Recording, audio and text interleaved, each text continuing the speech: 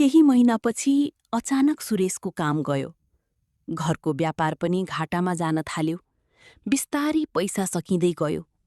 जसले पहिले कमलाको अगाडि झुक्थे उनीहरू नै अब टाढिन थाले। एक दिन घरमा खाने चामल समेत कम भयो। कमला तनावले बिरामी पर्न थालिन्। तर उनको हेरचाह गर्ने कोही थिएन। त्यो बेला माया बिहानदेखि रातिसम्म काम गर्थी। औषधि ल्याउँथी, सासूलाई खाना खुवाउँथी। एक रात कमलाले निद्राबाट आँखा खोलिन्।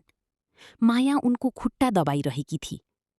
कमलाले कमजोर स्वरमा सोधिन्, मैले तिमीलाई यति दुःख दिएँ, तैपनि किन सेवा गरिरहेकी छौ? माया हल्का मुस्कुराई, किनकि तपाईँ मेरो सासु हो, आमा जस्तै। त्यो शब्दले कमलाको मनभित्र केही भाँचियो। उनको आँखा रसाए।